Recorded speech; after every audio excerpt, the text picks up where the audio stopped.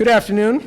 I'm Dan Palazzolo, Professor of Political Science at the University of Richmond and co-director of the Marshall Center, along with Gary McDowell, Professor of Leadership Studies. We'd like to welcome you here today for our last lecture of the academic year. We're especially thankful you're here because you had to navigate your way to the building. University of Richmond is wonderful for its construction projects, but I've been here now for 27 years, and I think this is probably the biggest one of all. So it's really nice of you to be here today. Since it's our last lecture this year, I just want to take a moment to say thank you to a few people that have been really important to the Marshall Center this year, and every year, actually. First, Dean Sandra Peart, who is not here. The Marshall Center is housed in the Jepson School of Leadership Studies, and Dr. Peart has been a big supporter of our program over the last several years. Susan Taylor, who is also not here, but is instrumental in administering the grant that we get from the Thomas W. Smith Foundation. We're very grateful for that grant. And also Shannon Best, who has been instrumental in helping to plan and execute the plan for this year. And Shannon is in the back, and I'd like to just acknowledge Shannon.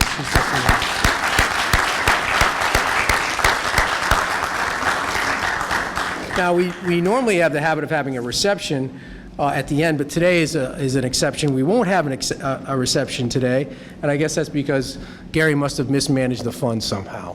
So we'll blame it on him. But we thank you all for coming anyway. It is really my pleasure to introduce today's speaker. He is Dr. James W. Caesar from the University of Virginia. He is the Harry F. Byrd Distinguished Professor at the University of Virginia, and he's been there since 1976. He is also the director of the program on constitutionalism and democracy. Dr. Caesar has affiliations with the Hoover Institution, the Jack Miller Center, and the Bradley Foundation. He has, of course, published numerous books on presidential selection, political parties, American development, and he is a regular contributor to the Weekly Standard and the National Review. He is a recipient of numerous grants and awards, most recently the Bradley Prize for his devotion to freedom and American institutions. I have the pleasure of having been one of Jim's graduate students. I met Jim in 1986, and he and I have been colleagues and friends ever since. So I welcome today Dr. Caesar.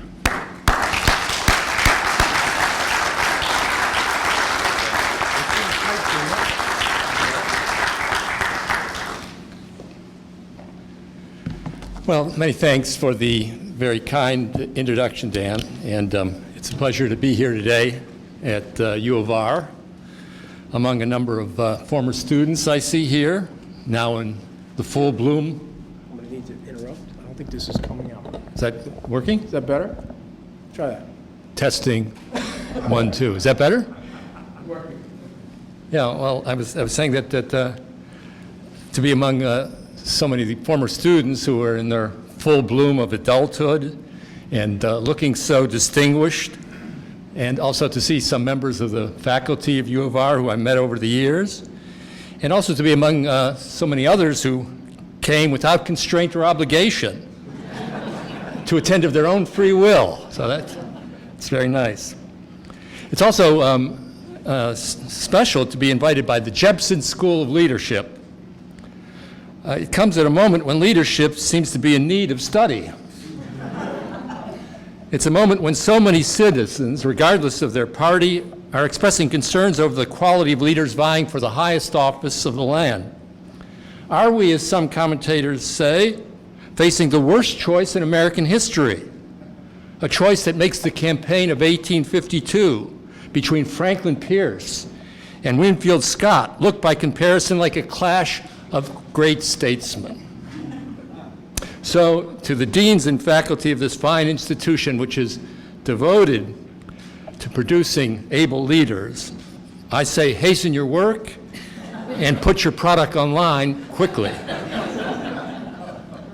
Now, according to the framers of our Constitution, we weren't supposed to be confronting a problem of this kind. Let me cite from the Federalist Papers, a copy of which I always have on hand. I do this pursuant to the sage counsel of a former professor of mine who once instructed me, don't leave home without it. So, what's in your wallet? Now, for any doubters at this point, I'd only direct you to the parking lot at the Embassy Suites, where you'll find an automobile with the license plate Fed 49, short for Federalist 49. That's an essay by James Madison, which argued that Americans should develop a degree of reverence and veneration for the Constitution, an argument that he made to counter a rival view at the time that held that the Constitution should be periodically rewritten as we learn more and advance. This idea, incidentally, has been picking up steam and much support in our own day, including from legal scholars who are perhaps in need of consulting fees. But I do believe that Madison's advice is good and sound. And my license plate serves as a salutary reminder to all on the road, in particular the willful who tailgate, to respect the Constitution. Now, I want to now read the citation from Federalist 68 that I mentioned. This is from Alexander Hamilton.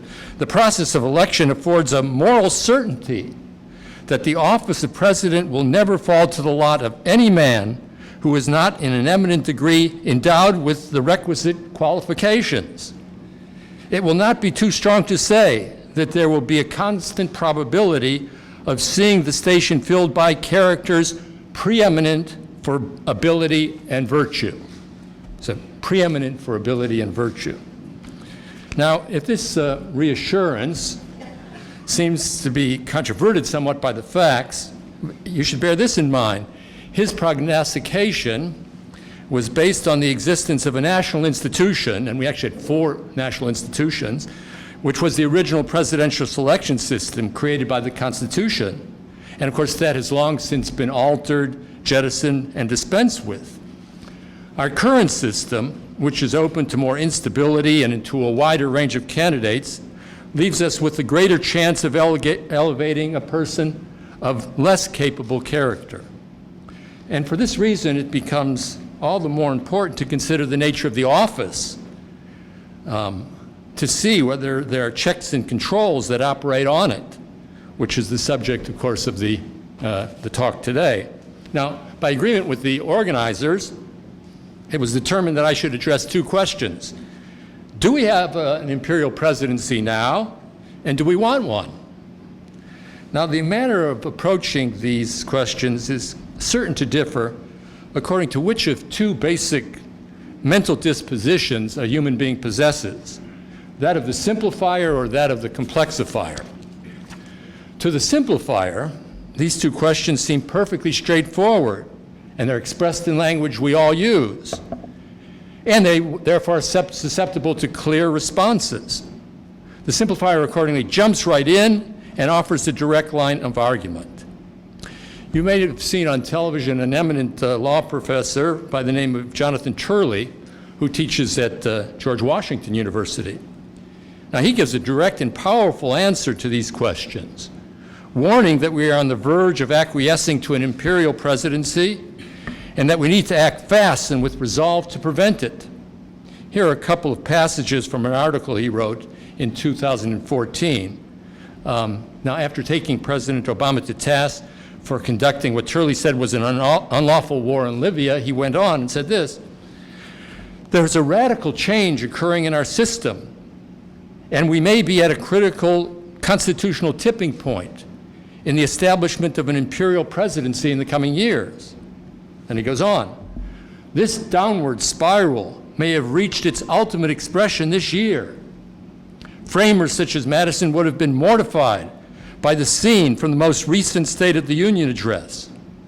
Obama appeared before a joint session of Congress to announce that he intended to go it alone in achieving his policy goals, refusing to yield to the actions of Congress. One would have expected an outcry, or at least stony silence, from a branch that was being told it was going to be circumvented. Instead, there were rapturous applause that bordered on a collective expression of institutional self-loathing. Obama has made it clear that he simply will not take no for an answer. Now, Turley, I should point out, is a proclaimed Democrat and a liberal. Even so, he goes so far as to introduce an argument reductio ad Nixonum. Here's what he says: Obama, who has succeeded to agree that would have made Richard Nixon blush. Indeed, Obama may be the president Nixon always wanted to be. Now, this is pretty tough stuff, which is matched by a Yale law professor, also eminent, Bruce Ackerman, who is also a proclaimed liberal, and he goes even further and argues not only reductio ad Nixon, but reductio ad George Bush. That's worse. He says this: Obama was elected in reaction to the apologists for George W. Bush's errors and his illegalities. Yet Obama is now moving onto ground that even Bush did not occupy. After a lot of talk about the inherent powers, Bush did finally get Congress to authorize his wars in Afghanistan and Iraq. Now Obama is putting Bush-era talk into action in Libya without congressional authorization. So, in this view, Obama may be worse than Bush. Now, this assessment of the state of the presidency as imperial, coming from liberal Democrats and legal scholars, is shared down to the dot on every I and the cross of every T by the libertarian Senator Ron Paul, by parts of the old right, led by, say, Pat Buchanan. They speak of two baskets of presidential activity: in foreign and security matters, and in domestic overreach. And they cover both under this powerful word of imperial. But it's not just these current critics who make this case against the imperial presidency on these grounds. Substitute the Iraq War and the War on Terror for Libya, and something called signing statements for Obama's pen and phone, and exactly the same arguments about imperialism were made by virtually everyone in the Democratic Party in 2008, often led by an eminent constitutional law scholar who was also on TV a lot, namely the presidential candidate, Barack Obama. Now, in contrast to the simplifier, we have the complexifier. He approaches things by ruminating and hesitating. The two questions I mentioned, the complexifier will say, well, on examinations, they turn out to contain a lot of stuff beneath the surface, many unresolved issues. Things are not, well, they're not so simple. Other issues need to be considered before answers to these main questions can be adequately given. So, for example, to the question, do we have an imperial presidency? The complexifier is prompt to ask some sub-questions like this. Well, what do you mean by an imperial presidency? If it means strong and possessed of great discretion, where and when does this actually become lawless? Can actions in the realms of security and foreign affairs and certain actions in domestic affairs be brought readily under the same blanket and the same label of imperialism? And to the question of, do we want an imperial presidency, the complexifier will ask, is it so sure that we do not want one? Indeed, is it so sure and certain that we would be better governed if we did have an imperial presidency? And so on and so forth. So that's the complexifier. Now, there's obvious strengths to be found in both of these mental dispositions. And this fact would suggest trying to combine them to create something of an intellectual hybrid or an intellectual Prius, where you complexify some things at certain points and yet offer enough on the surface to present a clear argument. So that's what I'll try to do today. And I'll start as a simplifier and provide an answer to what the Constitution, the Founders' Constitution, means on the issues under consideration. That'll take about 3 minutes. Of course, it could be elaborated on for hours, but I think 3 minutes is sufficient. This exercise I put on can only be conducted by setting aside for the moment this word imperial and imperial presidency. And in a few minutes, I'll try to show how the insertion of this word into the discussions in American politics, which began in the 1970s, has led at times and inadvertently to the adoption of certain assumptions and presuppositions that we're hardly even aware of that distort the understanding of the Constitution. So imperial, the word and the term, has created a fog or a cloud that blocks our vision. Now, as I see it, the Constitution, created in the broadest terms, it was aimed to provide for the defense and security of the nation. Otherwise, there was really no reason to coalesce into a union. And to ensure that in doing so, we would avoid anything like a tyranny and protect basic rights. This would be accomplished within a popular or Republican framework. Of course, there was much else that the new government would do, as any good government does, such as provide for the general welfare, which would include such things as providing for our economic development and increased cultural and civilizational development. In the ideas that bear especially on the presidency and on the Congress, the founders overall conceived of two zones or domains of action. There is a zone or domain of high discretion, and there is a zone of law. The zone of discretion refers us to the reality that much of governing cannot take place by or through the mechanism of law. This is clearly the case in the conduct of much foreign policy and in many security matters, where things have to be conducted in response to events and often quickly in response to the actions of others. You can't really have a law that dictates these matters. What do you do if there's an invasion of Crimea? When do you decide to move troops here and there? When is it apt to go after a particular terrorist group or so on? There's no laws that can direct that in the normal sense of here's your speed limit, it has to be enforced. All this calls for quick decisions frequently. Even the objectives in the world are matters of discretion. The elaboration and explanation of this zone of discretion is found throughout the Federalist Papers. It's also a primary subject of John Locke's second treatise, that there is this zone of discretion, even in countries that we pride ourselves on being countries that live under the law. The zone of high discretion also includes response to certain unusual or emergency situations, where strict adherence to the law would bring harm or would conflict with achieving what the law normally would want, the good of the country. So sometimes someone has to set a law aside because it's not doing what it's supposed to do in an extreme situation. Because the law can't foresee every situation. Discretion is therefore needed. Now, the zone of law is the area where governing can take place through the elaboration of general rules that define the do's and don'ts of conduct, and they put it in terms that we can all read and know about. Of course, even when there's law, there's also discretion. You could call it low discretion or administrative discretion that needs to be employed in carrying out most laws, like how much effort do we put towards stopping speeding as opposed to the safety of people on the road. There's always judgments that have to be made, but still, the law is fairly clear. And the more general the laws, as we know, the more the low discretion that's involved. This discretion, when it's used, low discretion, should be used to carry out the aims of the law and not some other purposes. And all this is complicated, as everyone knows who studies that jury subject of administrative law. It's known that some of the laws we pass today are so vague and general as to hardly qualify as laws in any sense, that is intelligible of what they're aiming at.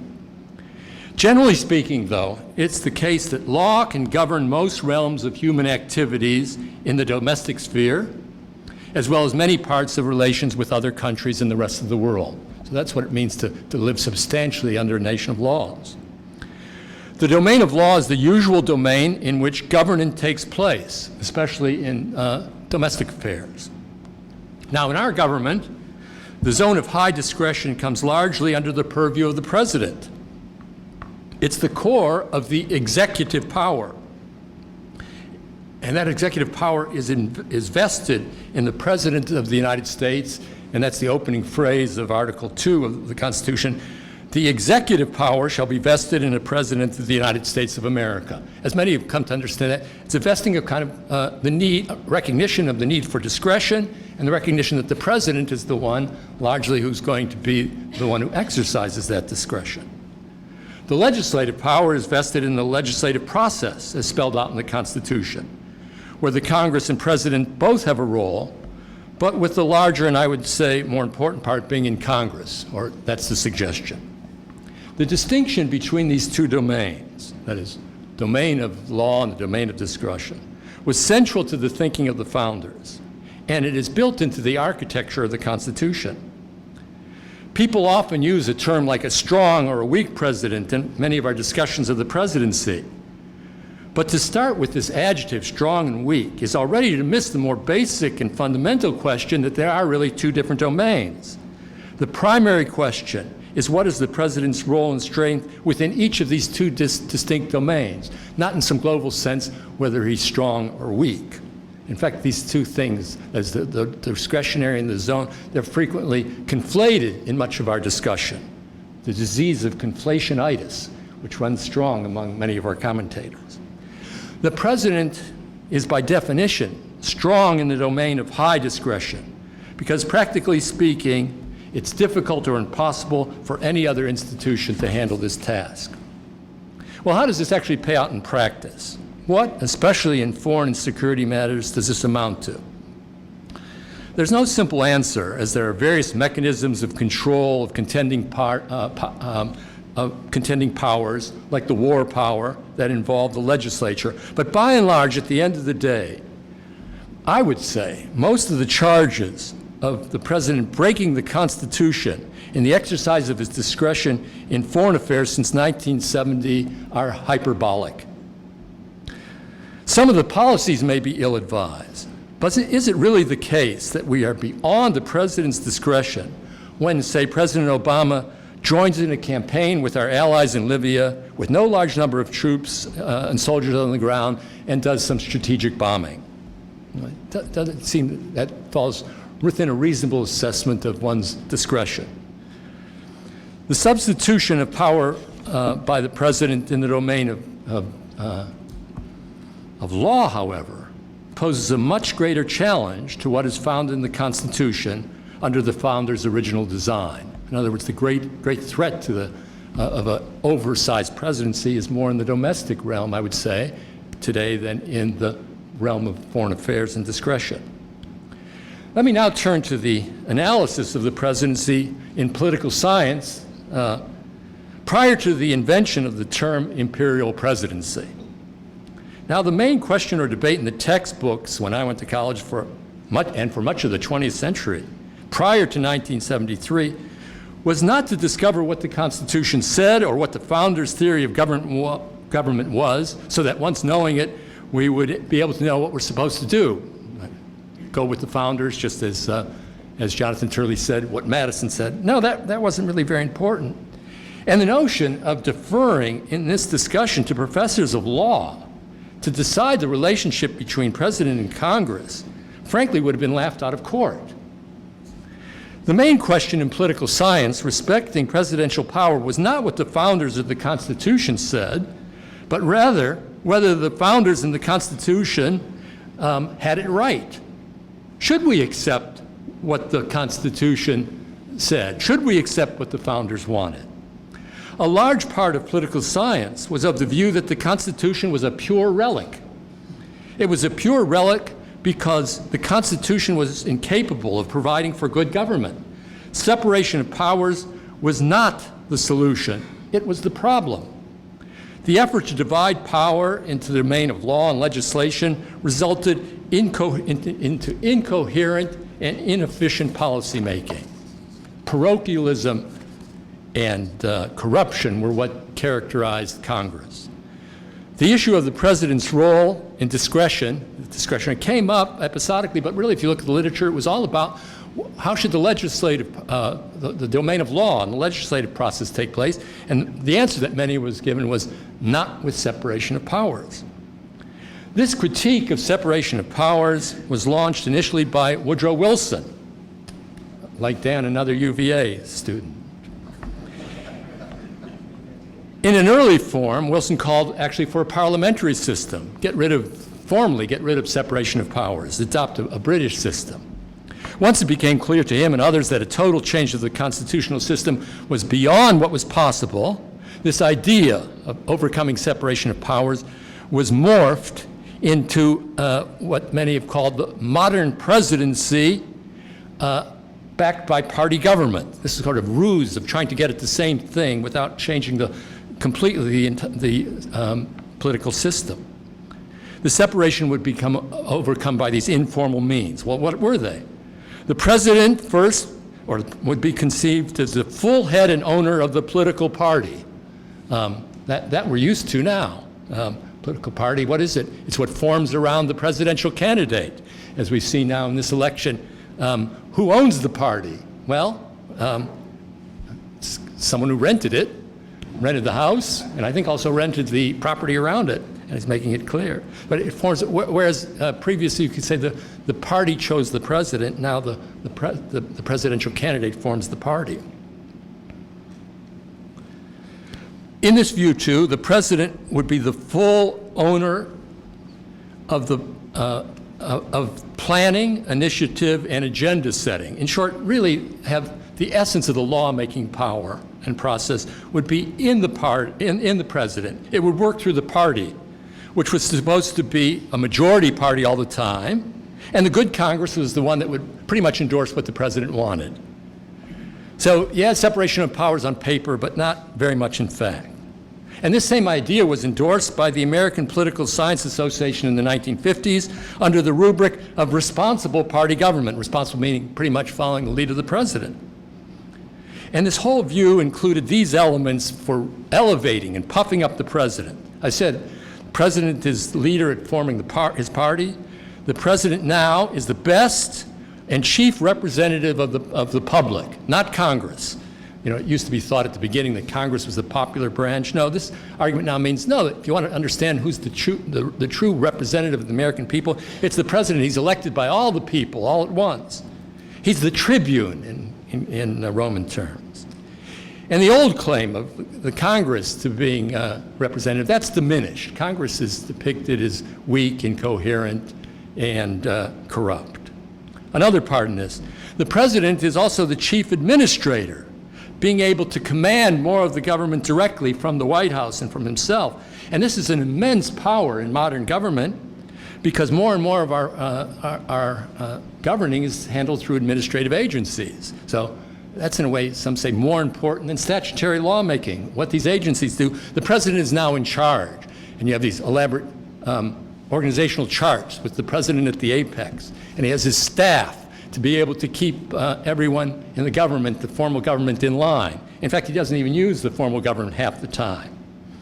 As we know, the Iran policy, for example, run by this failed novelist, Ben Rhodes, who says, I'm pretty good at sketching narratives and lying, buy my next novel. Finally, the president or administration effectively, as I said, in this idea, comes to dominate the lawmaking process through his majority party. That's kind of the idea that was presented. Now, I'm not saying that this was how government actually worked through the 20th century, but rather this was the idea of how it should work. And this was in all the textbooks. Should we move to this? It was the desired ideal, how government should be reformed. Politically, it was close to the views of the progressives and, say, the liberals or Democrats. It was more of an argument to the Democrats. And some older conservatives worried about this concentration of power in the executive. They didn't call it imperial, but they worried about it and declared it to be, which it originally at least, it openly declared itself to be, in conflict, in direct conflict with our Constitution. I recall reading an article in the 1960s by a very famous political scientist, Samuel Huntington, who wrote this article called Congressional Responses to the 20th Century, which more or less purported to describe how the Congress either was acting or would soon be acting. It's pretty extraordinary. Now, you could see where he was going when he began by quoting an old political theorist favorite, John Stuart Mill, on representative government. This was a text we used to read too. It was always read in counterweight to the Federalists in classes, the Federalist Papers. Here's what Mill said. A numerous assembly is as little fitted for the direct business of legislation as for that of administration. Well, what does an assembly do? It doesn't administer, it doesn't legislate. And following this quotation, Huntington then goes on to speak in his own voice, indicating that Congress was already well down the road of relinquishing its traditional role as a legislator. I like this one. Representative assemblies acquired their legislative functions in the 17th and 18th centuries. There is no necessary reason why liberty, democracy, or constitutional government depends upon their exercising those functions in the 20th century. Legislation has become much, much too complex politically to be effectively handled by a representative assembly. The primary work of legislation must be done, and increasingly is being done, by the three houses of the executive branch: the bureaucracy, the administration, and the president. So for Huntington, Congress, as America had known it, was unlikely to survive the 20th century. Good question, has it? Now I want to turn to the introduction of the term, the Imperial Presidency. And it seems worthwhile to investigate this history of a supposedly self-evident term that we all use, but which really wasn't used much until this time. And as I mentioned before, I think inside this word, in ways we don't recognize, are a whole host of presupposition and distortions. The term Imperial Presidency was coined by Arthur Schlesinger Jr. in a comprehensive and highly influential book. I won't assess its quality, but it came out in 1973. And I think it changed the character of the debate over the role of the presidency in many ways. Schlesinger's account touched on many themes. It was a wide and historical. But his chief focus was on a presidency that he believed had vastly overstepped its authority in the area of foreign policy, national security, and war making. Remember when this was written. It was in the context of the Cold War, and specifically at the period of the time of the Vietnam War. This particular context proved to govern much of what is in that book. Even though it spoke of general terms of powers, it seemed to be focused on really what's happening in the Cold War and in the Vietnam War. Other than pointing to such obvious incidents as Nixon's lawlessness in the Watergate affair, Schlesinger paid attention to very little attention to the problem of presidential overreach in domestic affairs. Very little on this. His targets were the presidencies of Lyndon Johnson, Imperial, and Richard Nixon, uber Imperial. And the crux of the Imperial charge had all to do with things like war powers and the national security apparatus. Schlesinger hardly referenced the old argument that I just mentioned about the need to overcome separation of powers. In fact, if anything, he was as a liberal, he was a strong supporter of a very activist presidency in the domestic arena, but he could not and would not to defend the attack on the Constitution and the founders for these, that is the Constitution and the founders, as Schlesinger presented them, now became the very source and standard of his position. Schlesinger's use of the term, the Imperial Presidency, left a strong and indelible imprint on subsequent thinking. First, the term lead one immediately to the realm of foreign affairs and security affairs first. And I still think that's true today. One mentions imperial, think of war and the wars. That's what's mentioned first. This becomes the debate of the core of the presidency, more so than any relationship of what the president is doing in domestic affairs. Imperialism, so understood, became the standard by which many have judged presidential wrongdoing. And look at the main critiques afterwards. The imperial charge was invoked against Ronald Reagan after Iran-Contra, against President George H.W. Bush before the Iraq War. Oh, he's imperial. and most certainly against George W. Bush in 2008 and all throughout the last term in regard to the Iraq War and the war on terrorism. That was the heart of his imperialism. Now we have to look closer at the word imperial. The word could conceivably be a rough synonym for emperor, meaning vast power, which is one notion. This is emperor is like a king or a popular king. But it's also a word that is attached, and I think more at the time, to the word imperialism, which refers to a certain aggressive posture vis-a-vis the world. The great danger in American foreign policy, Schlesinger contended, was, and here he used the word, an imperial approach that favored global interventionism. So what was it really that was bothering him? Was it something about the power of the presidency, or was it something about the character and direction of our foreign policy? In the context of the Cold War in which Schlesinger wrote, he lamented, and I quote, "a mystique of national security increasingly defined in military terms that has emerged as the decisive criterion of right and wrong." This seems to be what had concerned him, was a new activist foreign policy, an internationalist foreign policy with a military aspect to it. The presidency, of course, became the fulcrum for conducting this foreign policy. The foreign policy here is and here I think what is the key phrase, he says, this foreign policy has unbalanced and overwhelmed the Constitution. So it's the foreign policy that has overwhelmed the Constitution. So here is what is wrapped up in the word, first of all. It's very much connected to America's view and posture in world affairs. It's fair to ask, underneath, whether the driving force of Schlesinger's concern was over an imperial presidency or over a certain view of America's role in world affairs. Is that the primary issue? For Schlesinger and subsequently for many Democrats, as well as many libertarians, the imperial presidency has become a theme that had a direct connection to a view of America's proper role in international affairs, namely a more withdrawal role, a less activist role, a role contrary to the presidencies, let's say, of Bush and Reagan. Of course, there is a kind of empirical connection between these two, that is an activist foreign affairs and a stronger presidency, because you can't conduct a strong foreign policy without a stronger presidency. But which is the tail and which is the dog? Jumping ahead on just one point, the lawyers, Turley and Ackerman, they bay and bark against Obama for being imperial in the war on Libya and in the war on ISIS.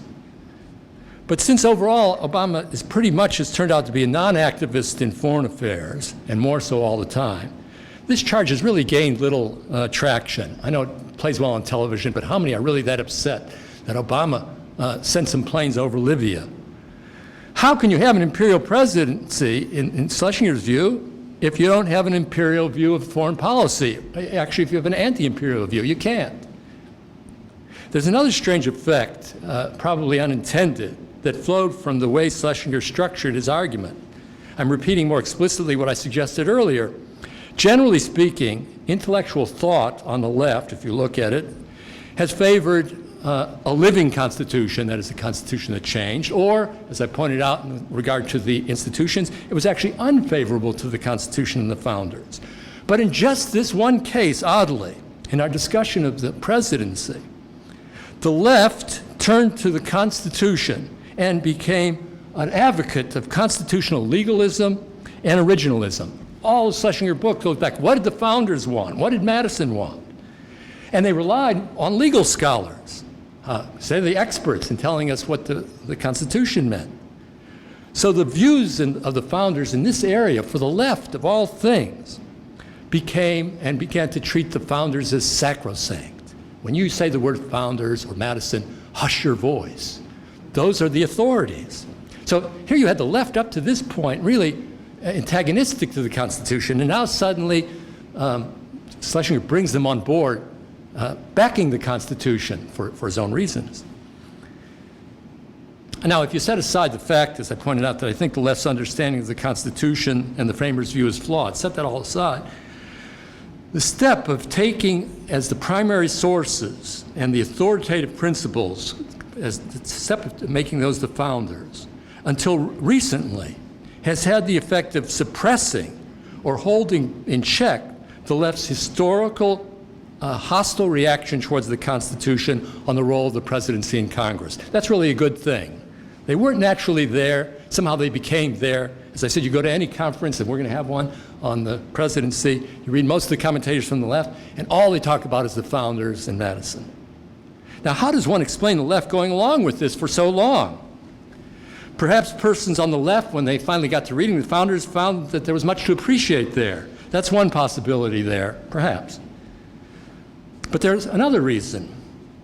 The reason is that post-1973 and up to 2009, the pull against active foreign policy has been the dominant concern of many on the left, and it still is, and that's because most presidents in this period were Republicans.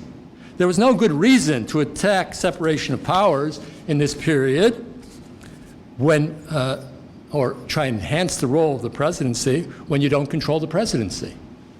So I think this kind of explains something. Now, this brings us to the situation in 2008.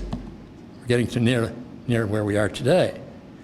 When Schlesinger's views reached its high point and even went beyond Schlesinger, there was this George Bush, remember the last few years of his administration, the left and all the lawyers were scathing in their charges against Bush for his Imperial Presidency, which meant the war in Iraq and security issues, even though, of course, the war in Iraq was supported by a resolution. Never mind. Somehow or other, Bush was at that point, the Imperial Presidency because of these wars. And yet they also, the left, they were so entranced with the Imperial Presidency that they also went on to bring in domestic politics.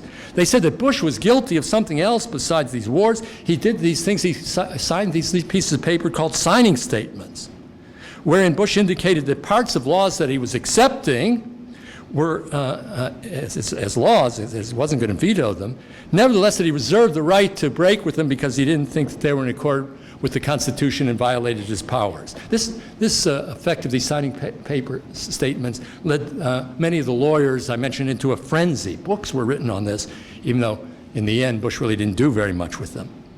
So what you then had is the full-blown Imperial Presidency articulated, now including both the Imperial Presidency in foreign affairs and the beginnings of Imperial Presidency criticism in domestic affairs, and the left was going to be the opponent of these.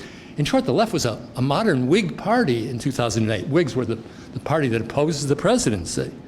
All across the board. Just go back and look at what the Obama and others and almost all the Democrats were saying in 2008. We've got to stop the Imperial Presidency in the foreign side and also on the domestic side. So they were neo-Whigs. Where are we today? Well, everything is really kind of confusing, since the Democrats have obviously not kept to this neo-Whig position across the board. I mean, as Turley said, when the president was going to say, I'm going to do this despite what Congress says, I'm going to use my pen and phone at will. Here, the Democrats, who had formerly, in 2008, said, check this presidency, there they are standing up and they're cheering. What I think is happening, and will happen, and it's only beginning, is the reversion of the left to its older position of challenging the Constitution, which I think they'll probably end up with. I know that the war power continues to be a concern to those on the left, but with a Democratic president, it probably won't be. What do we find actually in the Obama presidency in its relationship to Congress? We find a direct attack, not, I admit, on the Constitution of the founders, but the president has taken the course of delegitimizing Congress. And that's been the tact of all, you could say, in his administration for the last 5 years. The Democrats have declared Congress to be dysfunctional, which has meant, and when you translate it, means not acting in accord with what the president wishes. So because it's dysfunctional, that becomes a justification. I don't know where it comes from, a justification for the president to assume powers, to issue rules and make policies on his own authority inside what I've called this domain of law. That's where we're at. In effect, to make law, at least temporarily, outside the lawmaking process. And this risks setting a precedent. Look what's happening during this campaign, for example. Mrs. Clinton, in the area of immigration, says, oh, Obama went this far with his executive orders, but I promise you I'm going further. So we've already set a precedent of using this and are on our way. Now, we don't know the next steps, and much may depend on the political situation. For really what I've been suggesting here is that while from the outside you can lay down criteria of what is or not an imperial presidency, it's how this debate takes place inside of the political world. That's important because it's the political context which really structures how we think about this debate. It's not some pristine thing that's taking place in the abstract. It's part of our politics. If I were to predict, then I think the era of the debate on the imperial presidency, at least from the left or the progressive side, is about to end. And it will be replaced by a stronger attack on Congress.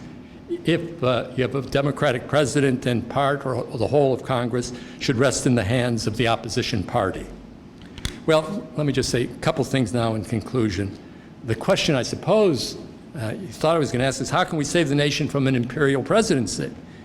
Well, I don't say that because I think the question is largely misstated. This question already contains a view of the presidency that misunderstands the Constitution. For reasons of furthering a certain view of international relations, this understanding of the imperial presidency far understates the scope of power that a president by the Constitution possesses in the realm of foreign and security affairs. So every time we use that word, we're really moving away from the Constitution. So I prefer to say, how can we save the constitutional presidency? Not how can we get rid of the imperial presidency? That's the question. And I'm under no illusions that this would be easy. You could say, well, maybe if we just understood things correctly, like in my 3 minutes, that would be the tool for saving it. But alas, understanding something correctly, understanding isn't so powerful. If it were so powerful, we wouldn't be where we are in the United States, where so much of our activity in the United States really isn't constitutional. So the fact that people could understand it doesn't mean that they're going to be able to put their understanding into effect. Well, if understanding alone won't do it, what about the restraint or self-restraint of a president as constitutionalist? The president would restrain himself and restore the presidency to its proper balance. Well, we just ran an experiment. We had a constitutional scholar of high eminence as the president, and by gosh, he preached, talked the talk in 2008, but he didn't walk the walk. And at least according to legal scholars, he's the least, or among the least, constitutional of our presidents. So that doesn't suggest that it's going to be so well. And then think of our two candidates now.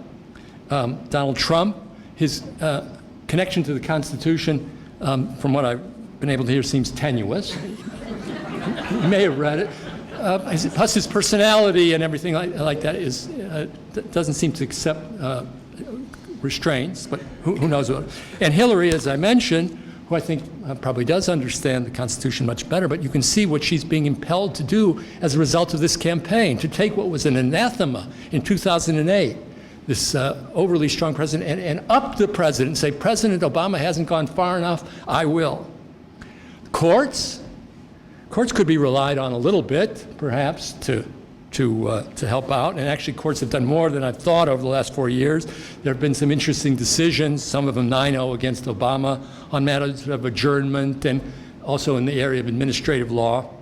But it's a pretty pathetic thing, really, when every time the Congress feels that it's disrespected for the Speaker of the House to run to the Supreme Court like a little infant and say, save me.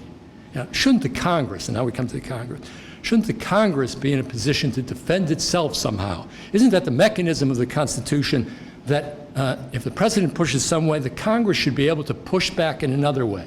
If not directly by undoing a law, by threatening by other means. You want to do this, you have no funds. Where's your executive office? It's gone. When you think of the history of parliamentary government in England, as Madison points out, I think quite well. He says the real power of Parliament was not a one-to-one undoing by law what the king had done. It all inhered in the power of the purse, because that, in a way, is transferable. You don't go after the particular thing, but you say, if you do this, something else will occur, you'll lose your funding, and that wakes people up. So Congress would be, I think, constitutionally the natural institution to defend itself, push back.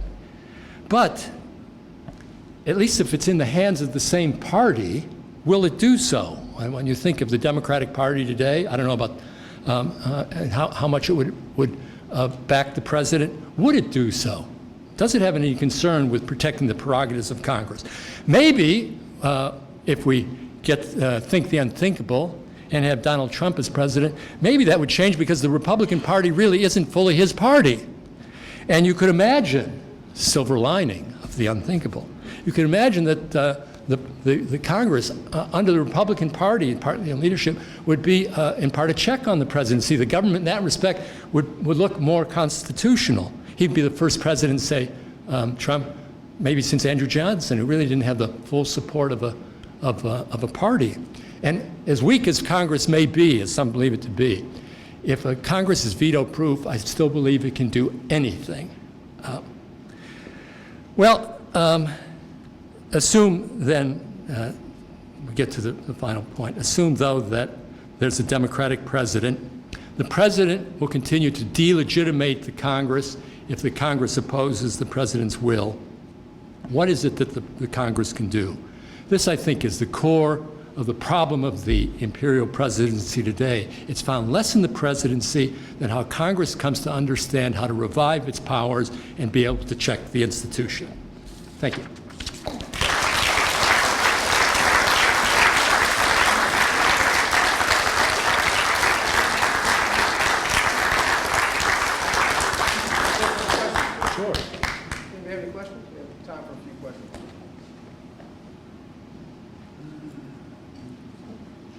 You've mentioned discussion about the Imperial Presidency versus the Senate versus Congress.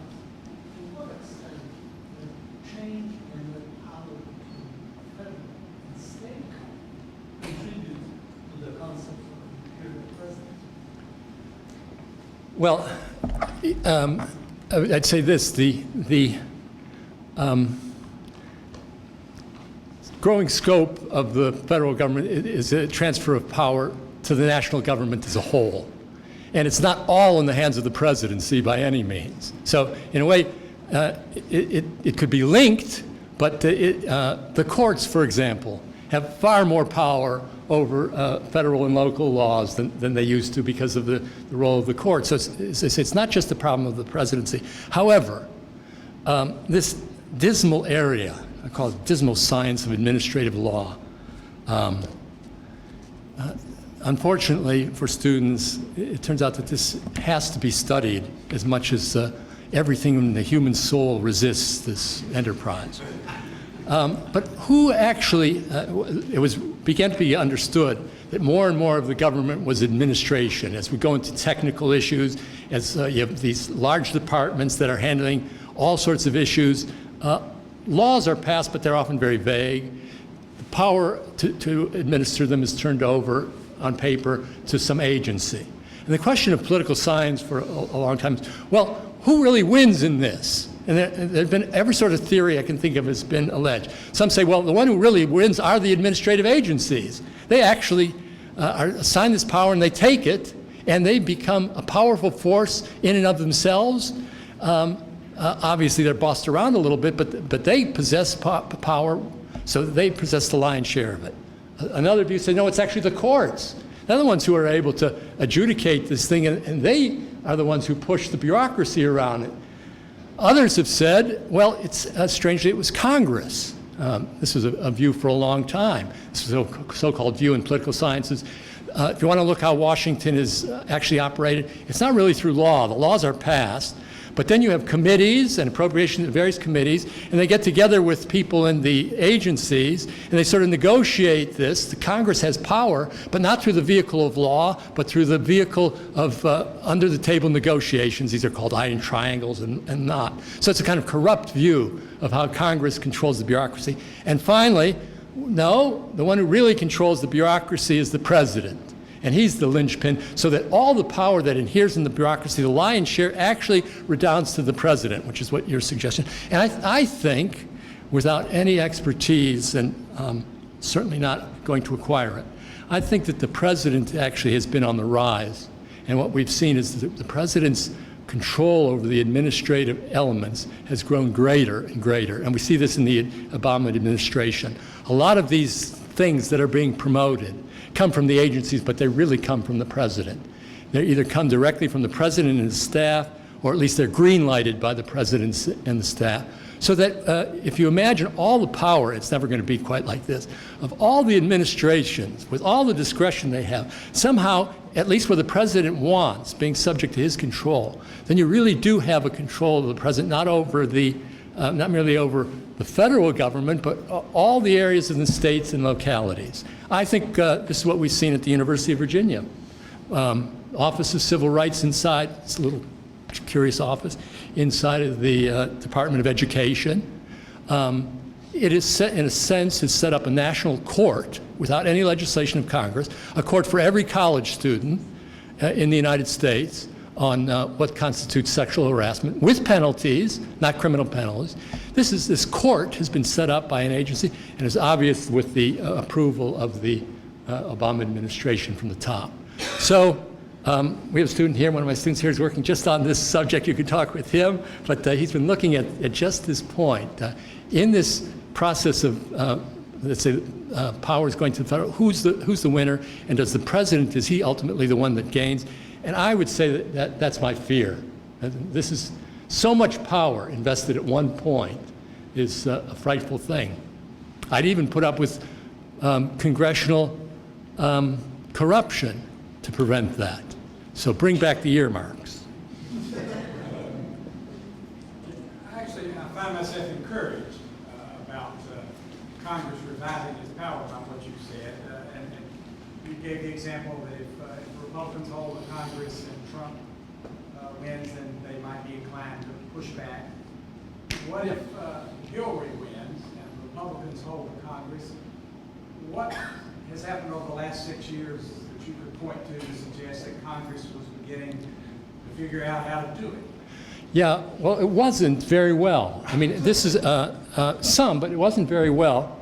And this has been, I think, this, politically, the source of frustration for people. Because, you know, they say, we elected this Republican Congress, the House in 2010, the House and Senate in 2014. And what did we get for it? Well, okay, Garland, he's finished, big deal. But what did we really get for it? And this raises the question, which I think is the question. Many people speak of the power of Congress, and they say, well, all these legislative agencies, they have been passed by Congress. But they've been passed by Congress 30 years ago. I think the constitutional question has to boil down to something like this. What is it that a majority or a functioning majority in the Congress, in the current Congress, what is it that it can do?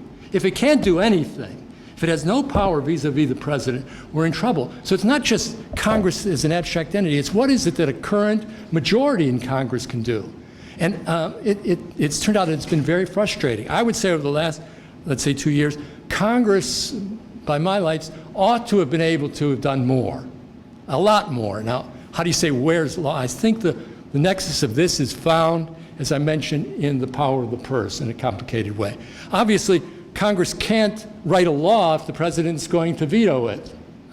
It doesn't go anywhere. So it can undo Obamacare as many times as it wants, and the president's veto it, and at some point American people will say, well, you've done that 30 times, why do it again? It's an exercise in futility. I think where it's lost is it hasn't understood how to use the power of the purse, and I think a lot of constitutional work needs to be done on this. I don't think that the budgeting process can constitutionally be turned over to a law and therefore bind one Congress to another. Each Congress could decide how it would want to budget, but I think the power of appropriation is vested by the Constitution, not in the legislative process. It's vested in the Congress and in the House, which means if the House doesn't approve money, it's not approved. But what do we have now? anything has to go through this process, which Congress is set up in a law, a budget process, which turns out on balance to favor the president more than Congress. Something is amiss there, and it would take someone with the technical knowledge of this to work this out. But you have to understand, with the Congress, the powers, Congress has a legislative power, but there are also powers that go directly to Congress that aren't part of the legislative process. It can't alienate those. Yes? Sir, if I may ask, how do you view the removal of the House Speaker by Congress and the shutdown of the federal government by, well, what Donald says was line 10? Yeah, line 10. I have no opinion on the removal of the speaker. It looked like it was bad for a few weeks. We ended up with a better speaker.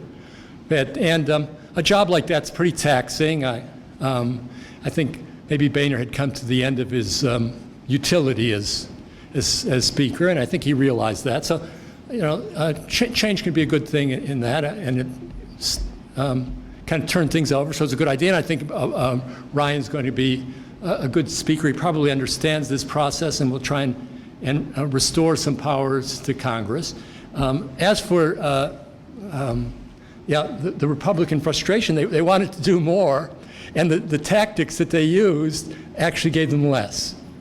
And that's where Lion Ted came in, because even though he was in the Senate, he was really the champion of the House during this period, and he called for this shutdown of government, and it didn't work.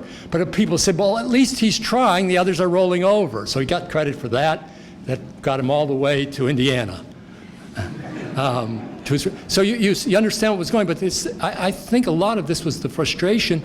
You would have to come to this judgment and just ask this question, and I don't know fully the answer.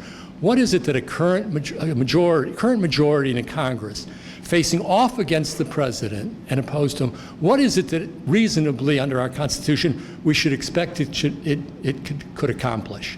And I think it's a lot more than denying a Supreme Court judge. And so they have to figure out how to do that. And the frustration of this is galling. It led to, I think, poor judgment. And I won't call him Lion Ted, but.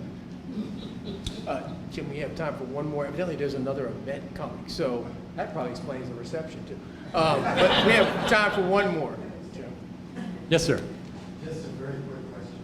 Is it possible that the answer to the question you just asked is that Congress should defund not the president, but the presidency and dismantle the huge bureaucratic structure that is today's executive branch? Well, first of all, defunding is difficult because that would be passing a law.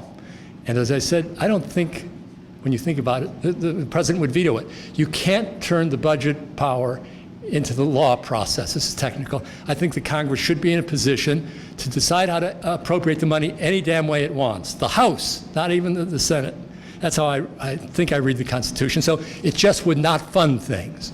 And the purpose of not funding things, going back to what I mentioned with Britain, is not actually not to defund them, but so that the other party knows that you can defund them, that they change their behavior. So you do it once or twice just to make the point, and if they know that X is going to be defunded, then they don't go there. Most of the power is not actually has to be exercised, it's the threat and knowledge that it can be that's decisive. And that's what Congress has lost. I don't see, Obama would like to get a lot of legislation. He's not going to get it. He knows that. But besides that, what can they do to him? And he thumbs their nose at him. Not only does he thumb their nose at him, every administrator who comes before a congressional committee comes with a degree of arrogance which is appalling, as if the Congress of the United States is begging this poor person to show up. They're not quaking in their boots. But that's because Congress hasn't found a way of how to be able to make the threat of their punishment real. And that, I think, is one decisive point, and that would be a way of course, most of the time this isn't going to come up. It's only when you have a president of an opposite party than the Congress, and they're opposite hands. But that is the test. If the party is the same as the president, you wouldn't expect them to be in conflict. The real question of separation of powers is only tested in this circumstance. When you have a majority that's different from that of the president, wants to do different things, what can it get done? And I think we see not enough. Jim, thank you for coming. Thank you.